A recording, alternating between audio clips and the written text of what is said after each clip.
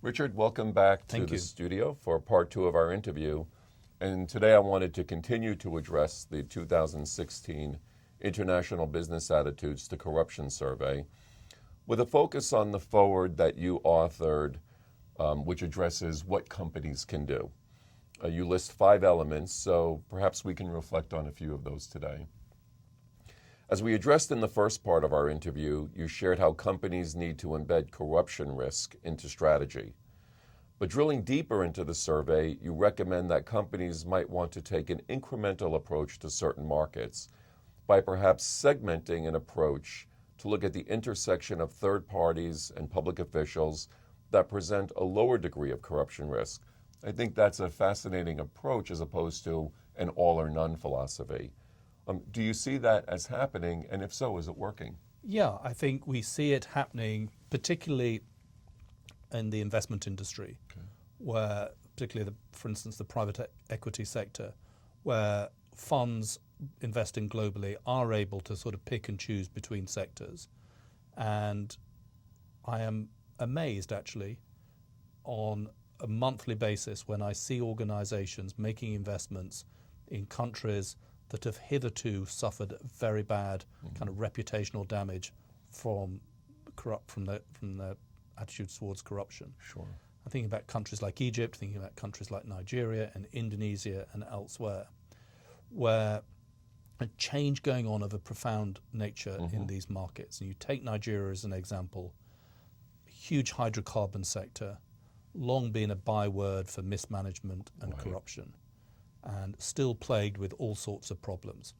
Problem sometimes in these kind of conversations is people hear me say these things and they think, this guy is completely naive, he's no idea what he's talking about. Well, I go to Nigeria a lot, I go to all of these countries a lot, and I talk to people on the ground, not sitting in an ivory tower compliance department thousands of miles away. Right. This is based on my experience on the ground, as it were.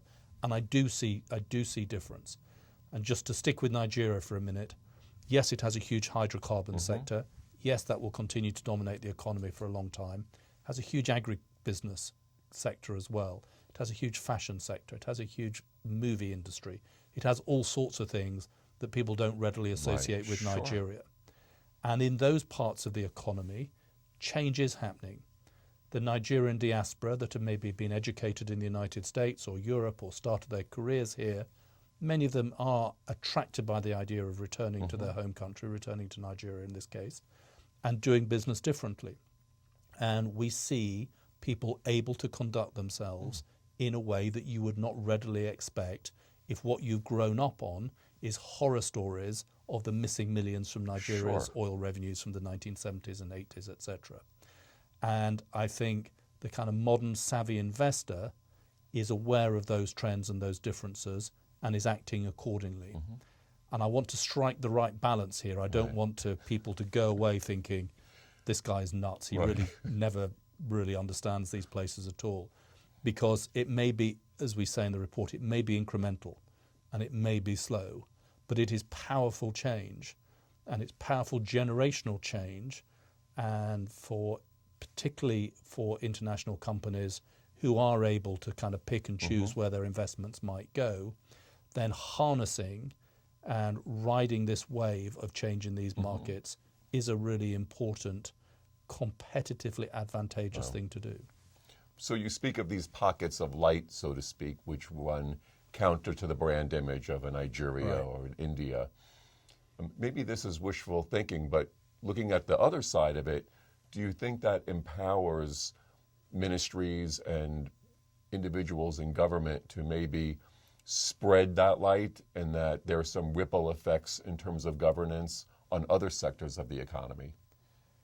I would be less optimistic there. Okay. I think the way political power is distributed in many of these countries, I think still resists the move to genuine reform. Okay.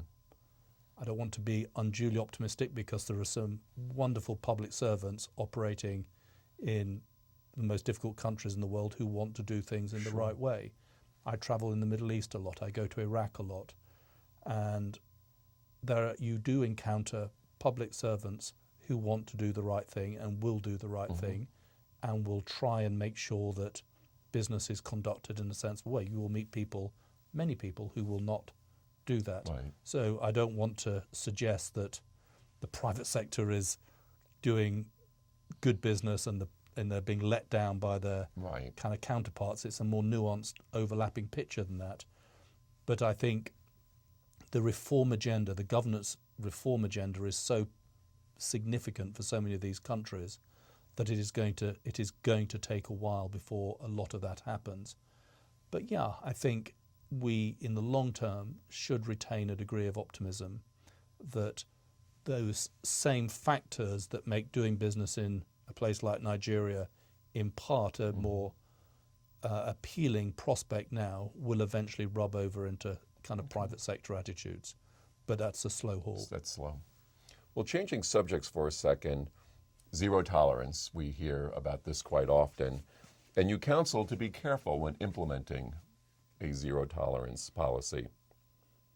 Of course, zero tolerance sounds great, but what are the challenges of that, and how does it impact those on the front lines in remote offices, very often thinly supervised? What does zero tolerance mean to them?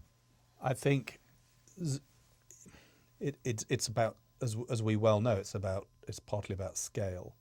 Mm-hmm. It's about large organizations that have the financial and commercial muscle to be able to implement a zero tolerance policy and stick with it and make it happen.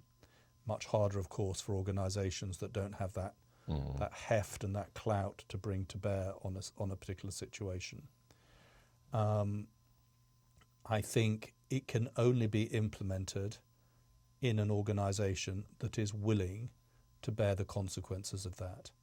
I think you place executives and managers in an impossible situation if you demand from them commercially what you've always demanded from them, but you expect them now to behave in a different fashion. Right. So if you take the issue of kind of small bribery, facilitation-related bribery, we would always counsel people that there is no artificial distinction between facilitation and grand bribery. They're all part of the same continuum, and that a well-run organization will have zero tolerance for everything, bearing in mind we know that it is very difficult to suddenly overnight click your fingers from this remote ivory tower of compliance obsessives somewhere else on the planet and expect people to be able to just switch behavior and it have no impact on commercial performance. And I think that's going back to our previous conversation about where good people do bad things.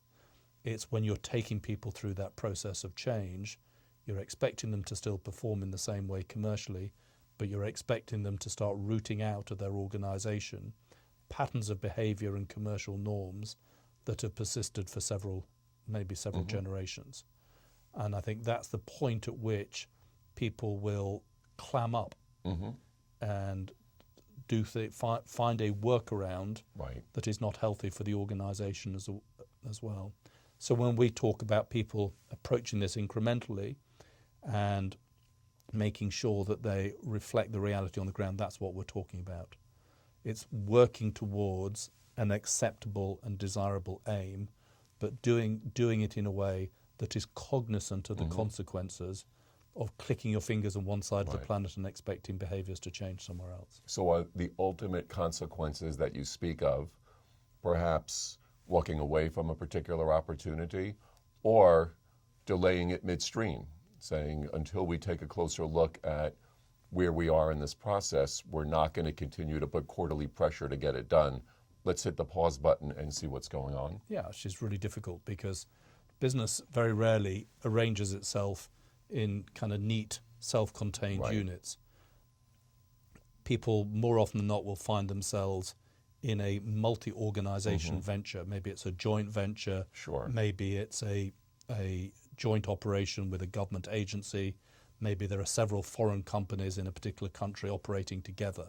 So it's very hard to implement a unilateral policy when there's so many other people kind of involved alongside that. So all of these things have to be kind of factored in which is kind of all part of trying to understand the granularity of what's actually happening in the country, rather than making a pronouncement somewhere and expecting change that may be utterly impractical in the short term to achieve. Understood. Well, you talk, quote, about giving your frontline people the support they need for the environment they face and set the right incentives, end quote. So this is the near and dear part to me. So let's dig in. A recent article in the Harvard Business Review talks about the peril of setting short-term quotas where sales cycles are unstable. How about we start there? Well, it's exactly right, and it's the point really we've just been discussing about. It also comes down to the kind of people that you expect to manage these type of entities, and very often people in the past might have been selected for their kind of cultural flexibility. Sure. That's a sort of euphemism to cover all sorts of kind of personal predilections, probably, that people. Sounds good, though. It sounds great, but people, it may not look so great in reality. And I think that's another aspect of making sure you're running an ethical organization in challenging circumstances, is really focusing on the type of people that you expect to do that for you. The era of the well-heeled expatriate is coming to an end in international business. Expat numbers are falling. All the pure expats, where people get sent from their home country and get equipped with all the accoutrements that one traditionally expected of that, of housing and schooling and flights and everything else. Those days are kind of coming. There's still plenty of them, but they're coming to an end. The end is in sight, probably. And global organizations are being managed locally, which is undoubtedly a good thing to do. So that has to be borne into consideration as well, is how you kind of factor in that kind of shift in employment practices and management structures. Well, thank you. So Richard, finally, in a general sense, let's talk about due diligence, something near and dear to your heart. Do you see companies as really embracing it, or as FT reporter Tom Burgess writes in his book, The Looting Machine, that it's often being used as, quote, manufacturing deniability, end quote?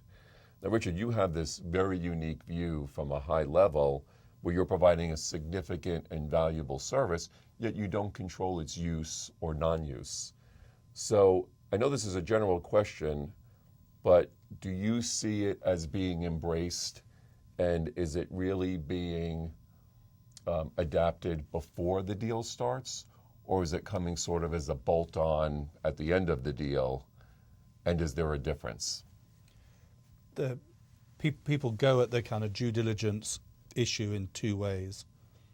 One is, we need a piece of paper that we can show to a compliance department, who in turn can potentially show it to a regulator, that says we did something to make sure that we were cognizant of what the risks were before we went into this deal.